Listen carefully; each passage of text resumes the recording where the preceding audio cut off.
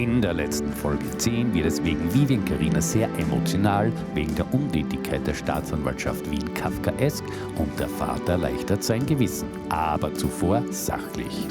Denn egal, was wer über Vivian glaubt zu wissen, vermutet oder behauptet.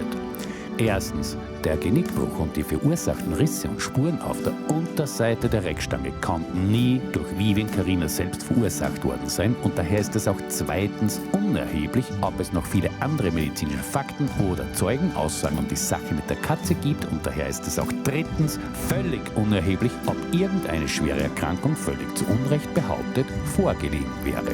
Der Genickbruch und die Spuren auf der Reckstange machen einen Suizid unmöglich.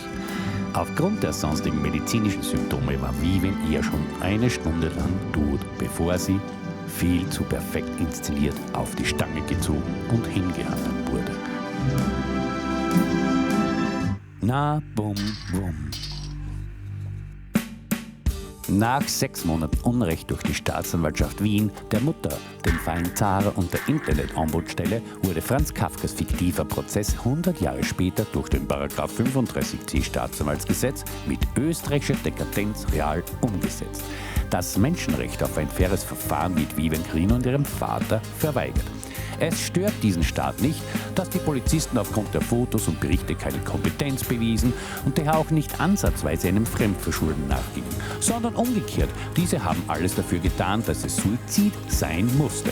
Daher brauchten diese weder den Vater noch die Nachbarin Fragen stellen, was sie denken oder über Vivian Carina zu sagen hätten. Es gibt zwar Fotos von den in den Berichten erwähnten 2 Schlüssel, von den Psychopharmaka, dem Chaos im Bad und der Leiche, beziehungsweise wie diese die beiden Strangmittel wie eine Trophäe herunterschneiden. Aber es gibt keine forensisch sinnvollen Fotos, weder Details von den Strangmarken oder von der Reckstange und völlig abwegig ein Foto von Vivians Leiche 2 Meter weit weg vom Tatort mit einer völlig nassen Hose und an Unsinnigkeit nicht zu überbieten, dann noch 2 Detailfotos davon, obwohl eine derartig nasse Hose nach 24 Stunden medizinisch unmöglich ist. Wer sich fragt, wofür die Polizei diese sinnlosen Fotos machte, kann zusammen mit den Lügen in den Berichten nur zu einem Schluss kommen. Sie wollten einen kurz zuvor stattgefundenen Suizid schlüssig mit Fotos untermauern und bei dieser Todesart ist es eben 5 bis 30 Minuten nach dem Tod üblich, dass der Körper sich entleert. Doch Vivian Carina wurde von der Polizei für das Foto inszeniert, ganz einfach mit Wasser angeschüttet. Nur so nebenbei steht irgendwo, dass Vivian eher schon 1 bis 1,5 Tage lang tot sei, beziehungsweise der Todeszeitung steht handschriftlich schlecht lesbar auf dem Leichenbegleitschein. Und der Genickbruch passt dann in das naive Polizeiwissen, wenn sie dort frei gehangen wäre. In einem Bericht steht es genau so, obwohl es faktisch und auch im Widerspruch zu den Polizeifotos und anderen Berichten steht. So legitimiert diese Staatsanwaltschaft sogar Mord und auch Beweismittelfälschung durch die Behörde, weil es nur im Ermessen der Staatsanwälte liegt, ob diese Anzeigen, die etwas anderes aussagen, nachgehen wollen oder nicht. Wenn man Normalbürger und ihnen das schildern möchte, dann wird man eher ungläubig, eher als Schaumschläger abgetan, dass derartiges in einem modernen Rechtsstaat überhaupt möglich sei. Aber nein, denn wenn Herr oder Frau Staatsanwalt nicht will, dann müssen diese eine eingebrachte Anzeige nicht einmal sorgfältig lesen. Ein bloßes zur Kenntnis nehmen dieser genügt und führt laut Rechtsansicht des Justizministeriums noch zu keinem Verfahren. Das Wie und Warum ist so formalrechtlich unerheblich, solange in den Polizeiberichten steht, dass alles schlüssig gewesen sei und Fotos da sind, welche angeblich alles zumindest ungefähr schildern würden. Dann braucht man sich die Fotos gar nicht mehr anzusehen. Tod ist tot, was soll man da schon sonst sehen können? Mit § 35c Staatsanwaltsgesetz kann ein Staatsanwalt mit gutem Gewissen bis zum letzten Tag des Lebens schlafen, denn diese müssen gesetzlich gedeckt nichts begründen, selbst wenn ein junger, gesunder Mensch einfach so tot ist und aufgrund der Fakten unmöglich Suizid begangen haben kann. Bei der richtigen Anwendung des Paragraphen hat, höchstgerichtlich bestätigt, nämlich gar kein Verfahren begonnen und daher hat man als Staatsbürger und Staatsbürgerin auch kein Recht auf Auskunft, warum trotz einer sicheren Straftat nicht ermittelt wird. Formal logisch eben korrekt, weil es keinen Fall gibt. Warum sollten mit diesem tollen Machtinstrument ausgestattet Staatsanwälte einen Genickbruch und die Spuren auf der Reckstange stören? Oder warum sollten diese mehr als 10 nachweisbaren Lügen der Polizisten und das Anschütten einer Toten eine Straftat sein? Nein, so etwas braucht ehemaligen Wirtschaftsjuristen und Ziviljuristen jetzt als Staatsanwälte tätig nicht zu stören. Denn wenn schlüssig Suizid in den Polizeiberichten steht, dann ist es so. Punkt, aus und Schluss. Umgekehrt ist es für ein Opfer im Sinne des § 65 Strafprozessordnung so verletzend, selbst wenn im Gesetz steht, dass zum Beispiel Vivens Tod durch eine Straftat herbeigeführt worden sein könnte und wenn erhebliche Zweifel bestehen, das auch geprüft und geklärt werden müsste. Doch faktisch, wegen der Macht der Staatsanwälte, erlangt dieser Konjunktiv keine Rechtskraft. Diese Formulierung ist völlig wertlos. Sakrosankte Staatsanwälte stehen als Torwächter vor dem Gericht und daher wird sachlich nicht geklärt, ob ein Genickbruch möglich oder unmöglich ist, beziehungsweise ob hier eine Straftat vorliegt. Unter derartigem kafkaesken Wahnsinn kann man mit üblichem Rechtsempfinden auch nicht verstehen, dass der Staatsanwaltschaft Wien egal ist, dass dem Vater Akteneinsicht gewährt wurde, welche man im betreffenden Fall zum Beispiel nur als Opfer im Sinne des § 65er Strafprozessordnung haben kann. Denn damit besteht schon ein Anfangsverdacht, weil Akteneinsicht gleichbedeutend mit erheblichen Zweifel haben bedeutet. Nach dem Vorbringen dieses Fakts hat die Leiterin der Staatsanwaltschaft Wien dem Vater mitgeteilt, dass in seinem Fall die Akteneinsicht eine Ausnahme war. Na bumm! § 35c Staatsanwaltsgesetz Kafka ist der gegenwärtige Formalismus und die Staatsanwälte sind die Torwächter in Franz Kafkas Prozess. Der Verein Zara und die Internet-Ombudsstelle stehen für die Naivität der Masse und ein ignorantes gesellschaftliches Umfeld. Zwischen persönlichem Befinden und eigenwilliger Interpretation, sogar legitimierter Korruption, ist daher alles möglich, wenn man die Macht dazu hat, weil Herr und Frau niemand einfach ignoriert und ohne Begründung von ihrem Recht ausgeschlossen werden können und das Warum werden sie nie erfahren. Bei Franz Kafka wird Herr K. am Ende, sich schuldig fühlend, weil es vor einem Richter nie einen Prozess gab, von 2 Herren in einen Steinbruch gebracht, während das Urteil vollstreckt wird. Und er sagt noch, wie ein Hund, während sich ein Messer in seine Brust bohrt. Für Vivian Carinas Vater gibt es kein absehbares Ende um die Trauer, weil es bisher keinen Anfang gab, außer dass er wie ein Hund vom Opfer zum Querulanten und Täter gemacht wurde und dass das Unrecht in ihm wie ein Messer ins Herz gebohrt drinnen steckt.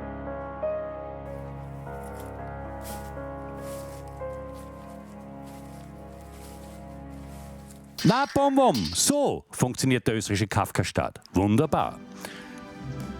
Nicht nur wegen der Polizei und Staatsanwaltschaft verflucht Vivians Vater den 30. April 2022, sondern neben diesem unfassbaren Verlust und Unrecht quälen ihn bis in die Gegenwart mehrere Umstände ganz besonders.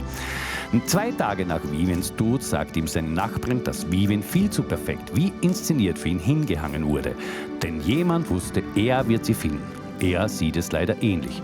Doch schlimmer wiegt in seinem Gewissen, dass er ein paar Stunden nach dem Auffinden von Vivian für die nächsten Angehörigen und dann auch noch auf Facebook die Nachricht in die Welt setzte, dass seine Tochter Suizid begangen habe.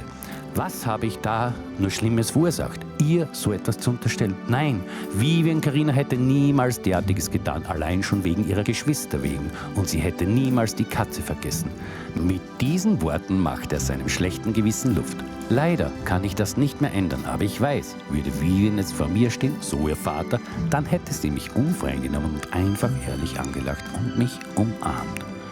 Ihr ganz besonderes Lachen und diese Offenheit der Welt gegenüber, das machte Vivian Carina schon seit ihren frühen Kindertagen zu diesem unvergleichbar einzigartigen Menschen.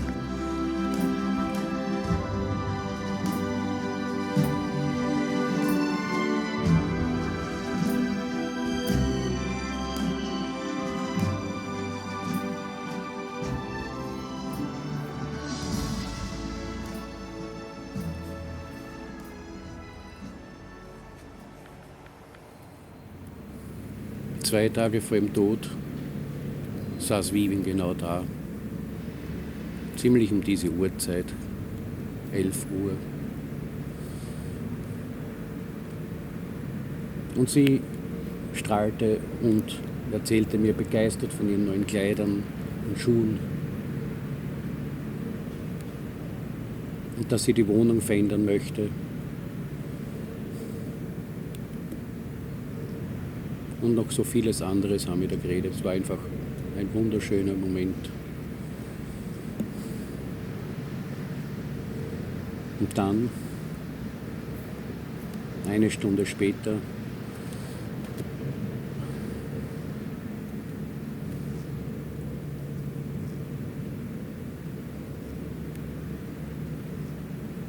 ist sie aufgestanden, hat mich umarmt und hat mir noch gesagt, ganz freudig, hey, ich gehe heute Gesangsunterricht. Und das war das letzte Gespräch mit Vivian. 2 Tage später war sie nicht mehr.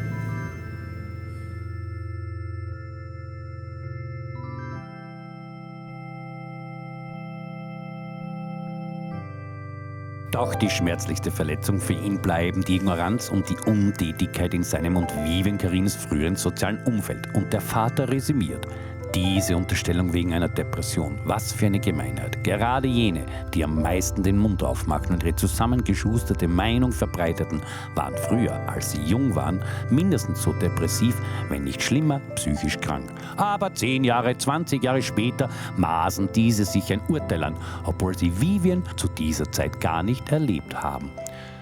Wie konnten so viele ihren Tod so ganz einfach, klar, Depression und daher Suizid, hinnehmen, obwohl er schon am 1. Mai den engsten Vertrauten doch der Mutter sagte, dass sie mit Sicherheit umgebracht wurde und weil er das auch ab schon 5. Mai öffentlich machte.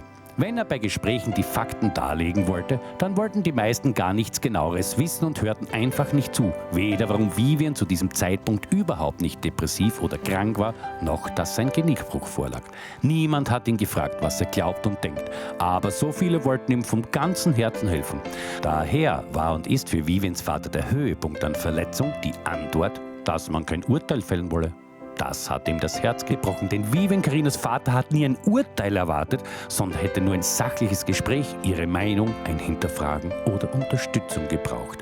Aber so haben diese erst recht ein Urteil, ohne urteilen zu wollen, gefällt. Völlig wider der Fakten. Also, Vivian hat sich aus deren Sicht das Leben genommen. Und sie taten ihn mit Scheinhöflichkeit damit ab, dass er sich etwas zurechtreimen würde, weil er ihren Tod nicht verkraften könne. So nahmen diese ihren Tod hin. Für ihn umso schlimmer, auch die Mutter von Vivian Carina. Niemand wollte und forderte bei den Behörden um Aufklärung. So völlig auf sich allein gestellt und alleine gelassen, ist es nicht ungewöhnlich, dass man, wie bei einem Broken Heart Syndrom, dann tatsächlich einen Herzinfarkt erleidet. Und so landete Vivians Vater eine Woche nach ihrem Tod im Krankenhaus. Er ließ sich vorzeitig entlassen, um an der Verabschiedung und Beisetzung teilnehmen zu können. Bei der Beisetzung im Wald erlebt er dann diese Scheinhöflichkeit, mangelnde Sozialkompetenz und Ignoranz mit voller Wucht, schilderte der Vater die Situation. Und als er dann auch noch der Bestatterin und Mutter widersprechen musste, weil Vivian Carina überhaupt nicht depressiv war und es kein Suizid, sondern Mord war, da verlor er dort die letzten Vertrauten. Die Bestatterin wollte ihm nach Rücksprache mit der Mutter sogar das Mikrofon vorzeitig wegnehmen, womit ihm klar war, was es geschlagen hatte. Nachdem er dann von der Beisetzung Bilder auf Facebook stellte, da musste er dann bis auf 2 alle löschen, weil sich niemand mehr im Zusammenhang mit ihm und Vivian Carinas Tod zeigen wollte. So erlebte der Vater die Hölle auf Erden, was in der Fachliteratur doch gut beschrieben ist, warum Angehörige bei Suizid so häufig mit einer gesellschaftlichen Wand des Schweigens und Meidens konfrontiert sind. Verachtung und Ausgrenzung sind für ihn mindestens so schlimm wie der Tod von Vivian Carina, welche er wegen ihrer menschlichen Größe und ihres Charakters so bewundert hat und wofür sie angeblich zu Lebzeiten sehr geliebt wurde. Na bum bum, Österreich und das Verdrängen von unangenehmen Themen und Menschen. Jetzt aber wollen wir wissen, wie es zu diesen folgenreichen Nachrichten kam. Kurz beantwortet, weil Vivian Carinas Vater trotz erster Zweifel dann im Verlauf von der Polizei und besonders dem furchteinflößenden Chaos im Bad verblendet wurde. Also was ereignete sich am Samstag kurz nach 1:20 Uhr, dass er diesen für ihn größten Fehler seines Lebens machte? Er eilte wegen der Nachbarin bzw. ihre Nachricht, dass die Katze so laut schrie, mit einer furchtbaren Vorahnung heim. Sofort nach dem Aufbrechen der Tür wurde das Unfassbare und die bitterste Realität für ihn zugleich wahr. Er sah Vivian Carina, wusste aber sofort intuitiv, dass sie tot ist und er nichts mehr machen konnte. Als früherer Notarztsanitäter hat er doch eine Menge Erfahrung mit dem Tod gemacht. Ich habe diesen viel zu langen Hals und den Knick gesehen. Das konnte nur Genickbruch sein. Und dann war dieser völlig zufriedene Gesichtsausdruck. Der geschlossene Mund und die Augen. Die viel zu schön und gleichmaßige Hautfarbe. Und sie hatte sonst keine Verfärbungen, Flecken oder Blutungen. Das war einfach ungewöhnlich. Außerdem roch es überhaupt nicht nach diesen sonst üblichen Urin- oder Todesschweiß, wie es sonst üblich ist bei erhängten Personen. Die kriegt man sowieso so schwer aus der Nase. Und dann war auch noch ihre Hose ungewöhnlich fleckenlos, beziehungsweise auch vor ihr auf dem Boden gab es keine Anzeichen von Ausscheidungen. Eine Sekunde später ging er zu ihr hin und streichelte sie vorsichtig an den Wangen, wollte aber wegen der Polizei nichts verändern, denn irgendetwas passte einfach nicht, auch weil sie so kalt wie der Fliesenboden des Vorzimmers war. Bei Vivian Carina war alles so anders, als es in seiner Erfahrung sonst bei Strangulation üblich ist. So etwas hat er noch nie gesehen. Und es passte auch überhaupt nicht zu den gerichtsmedizinischen Lehrbüchern, die er vor Jahren einmal studierte. Da er ohnehin nichts mehr für seine Tochter machen konnte, ging er in seine 10 Meter entfernte Wohnung und da saß er dann, wusste nicht mehr, was er denken oder glauben sollte. Wie teile ich diese furchtbare Nachricht all den nahen Angehörigen und den so vielen Freunden und Ihnen mit? Fragte er sich verzweifelt. Er konnte sich das alles einfach noch nicht wirklich vorstellen und fand daher auch keine sinnvolle Erklärung für das, was passiert war. Wie auch, wenn Vivian die letzten Wochen und Tage so viel Lebensfreude und Energie versprühte. Und jetzt das?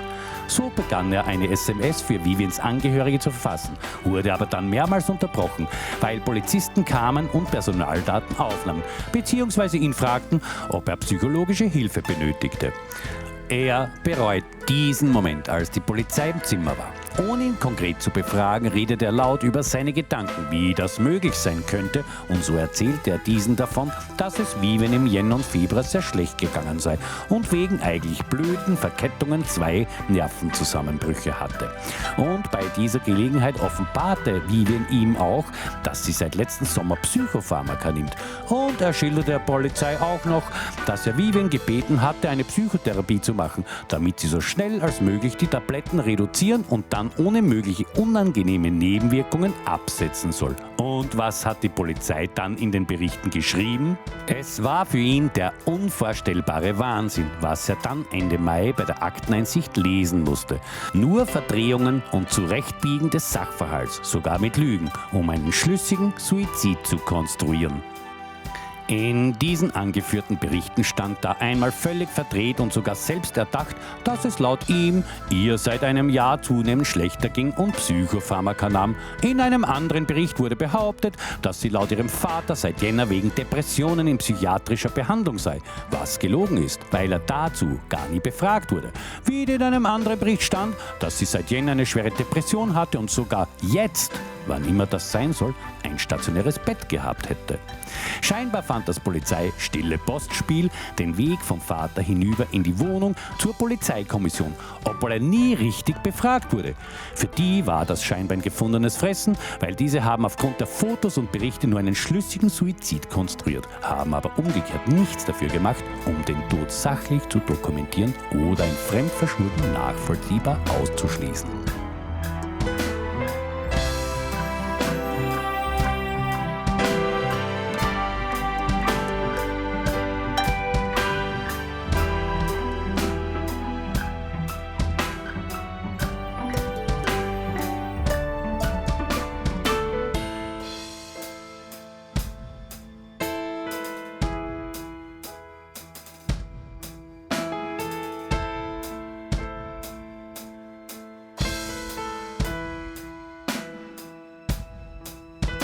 Zurück zu den folgenreichen Nachrichten und diese Nacht. Nach jeder Unterbrechung durch die Polizei, immerhin wurde er mindestens 4-mal nach seinen oder Viviens Daten befragt, dann war auch noch kurz die Rettung da, schrieb er an seine SMS weiter.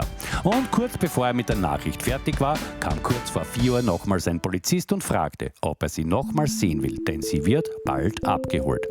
Er ging dann zu ihr hinüber in die Wohnung und verabschiedete sich das allerletzte Mal von seiner Tochter. Sie lag zugedeckt am Boden und er zog die Decke auf die Seite, streichelte sie nochmals und wünschte ihr, sie möge hoffentlich Frieden finden. Diese letzten 15 Minuten waren so unwirklich, unendlich. Es gibt keine sinnvollen Gedanken und Worte dafür, schildert das der Vater. Dann fragte den anwesenden Polizisten, ob ein Abschiedsbrief da sei, was dieser verneinte.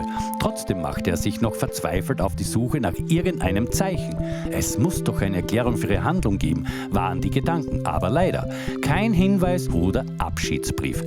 Dann aber, als er das Chaos im Bad sah, das große Messer und den Schleifstab, das Handy, das Sezierset und Skalpell und dann noch die vielen blutgetränkten WC-Papiere in der Duschtasse, da blieben erstmal nur verwirrte Gedanken zurück, dass sie, warum auch immer, in so eine Panik geraten sein muss und sich daher in einem Kurzschluss das Leben nahm. Mit diesen letzten Bildern und verbundenen Gedanken nahm er endgültig Abschied von Vivian Carina und unter diesen Eindrücken schrieb er dann die folgenreiche SMS und danach die Facebook-Nachricht.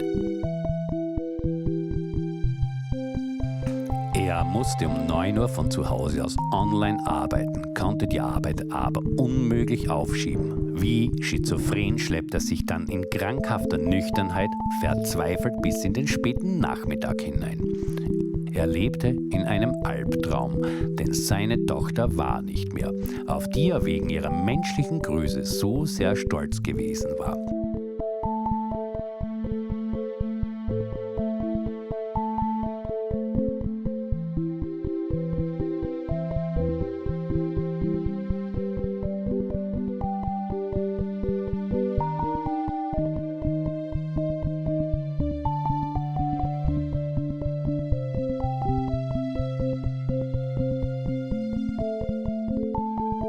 Nach 40 Stunden schlief er dann völlig fertig am 30. April, ohne irgendwelche Gedanken zu haben, auf dem Sofa ein. Am 1. Mai erwachte Vivians Vater frühmorgens mit den letzten Bildern seiner Tochter. Und es krachte in seinen Gedanken, weil sich das ganze Gewitter des Vortages in einem Moment in vielen Gedankenblitzen zu einem Gesamtbild formte. Vivian Carina konnte sich so niemals das Leben genommen haben. Da passt so vieles nicht, war er sich in diesem Moment schon ganz sicher. Gegen Mittag spielte im Garten eine Brassband eine Verabschiedung für Vivian und dabei erzählte ihm der Blumenhändler des Hauses, dass sie am Donnerstagnachmittag das Haus sehr gut gekleidet verließ.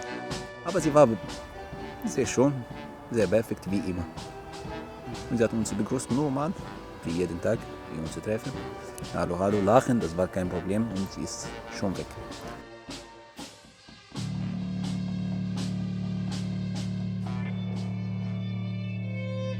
Mit jeder Stunde mehr, beziehungsweise schon einen Tag danach, hatte noch mehr Aussagen und Stellungnahmen und alles ergänzte das Bild des Vaters. Er täuschte sich nicht, dass es Vivian in den letzten Wochen sehr gut ging. Hinzu kam noch die Tatsache, dass sie tatsächlich am Abend vor ihrem Tod die Berlin-Reise zu ihrer besten Freundin und dann Retour gebucht bzw. bezahlt hatte. So waren die allerletzten Zweifel ausgeräumt. Vivian Carina schied unfreiwillig aus dieser Welt. So begann Vivians Vater seine Erkenntnisse im engeren Umfeld zu teilen, fühlte sich aber überhaupt nicht ernst genommen. Aber in diesem Moment war ihm das noch egal.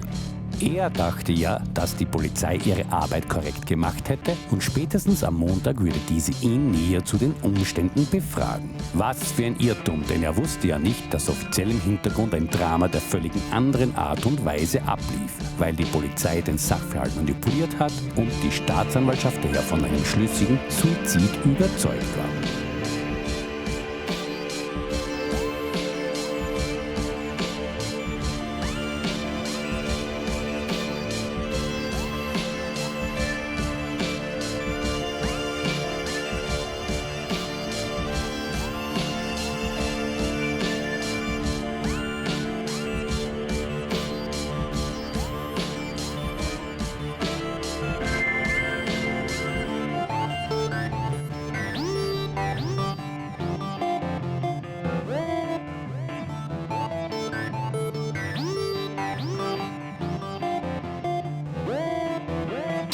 Na bum wum. Weder am Montag noch am Dienstag meldete sich die Polizei.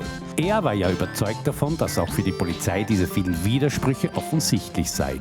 Daher wurde er stutzig und brachte am 4. Mai eine Anzeige bei der Kriminalpolizei in Otterkring ein, aber weil wieder nichts passierte, brachte er dann am 6. Mai nochmals eine sehr umfangreiche Anzeige direkt bei der Staatsanwaltschaft Wien ein.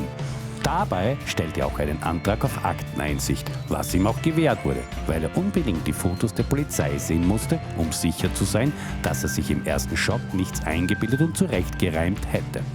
Und er wollte den Obduktionsbericht lesen, was denn die tatsächliche Todesursache sei. Nach dem Herzinfarkt und Krankenhausaufenthalt unternahm die Staatsanwaltschaft Wien wieder nichts, sondern umgekehrt. Seine Anzeigen wurden § 35c Staatsanwaltsgesetz abgeschmettert. In diesem Frust brachte er daher eine vom Justizministerium delegierte Beschwerde und weitere Anzeige bei der Oberstaatsanwaltschaft Wien ein. Aber was er eine Woche danach, am 24. Mai bei der Akteneinsicht in der Staatsanwaltschaft Wien lesen und sehen musste, das war die bitterste Enttäuschung und schlimmste Verletzung für ihn und damit auch für Vivian Carina. Was die Polizeikommission an Unfähigkeit bewies und weil so viele widerwärtige Verdrehungen und Lügen behauptet wurden. Einfach unfassbar, wenn man diese durchliest. Zumindest bekam er seine Vermutung bestätigt, weil die Polizeiärztin auch einen Genickbruch diagnostizierte und dass keine Bedächen vorhanden waren. Doch dass Vivian Carina nicht einmal obduziert wurde, das konnte der Vater einfach überhaupt nicht verstehen. Wichtige Beweise wurden trotz der Anzeigen des Vaters wegen Untätigkeit der Staatsanwaltschaft vernichtet und sind für immer weg. Aber die Katastrophenberichte der Polizeikommission, die Beweismittelfälschung, wurde einfach toleriert. Was für eine Farce, dachte sich der Vater. Und daher war es für ihn kein Wunder mehr, dass die Staatsanwälte und Innen alle seine Anzeigen mit dem Wucherparagraphen 35c abschmettern mussten. Denn diese haben ihre Sorgfaltspflicht sträflich verletzt. Na bum bum!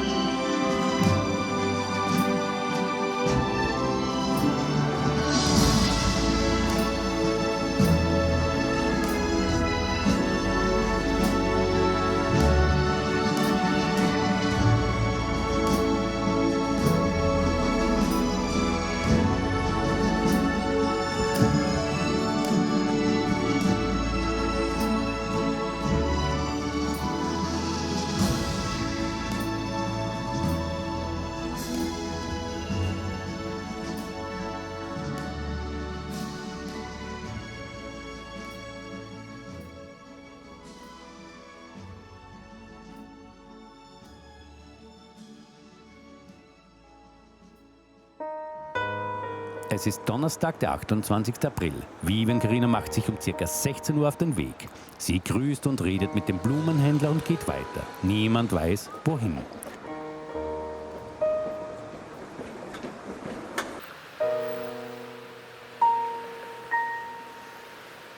Sehr wahrscheinlich kommt Vivian zwischen 19:30 und 20:30 Uhr nach Hause.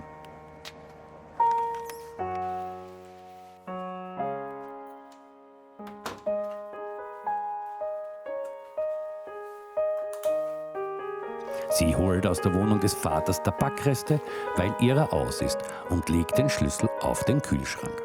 Etwa um 21 Uhr ist dann ihr Handy aus. Sie ist wahrscheinlich im Bad und stillt ihre Blutung am Ohr, wischt danach einen Ohrring ab und legt diesen auch auf den Kühlschrank.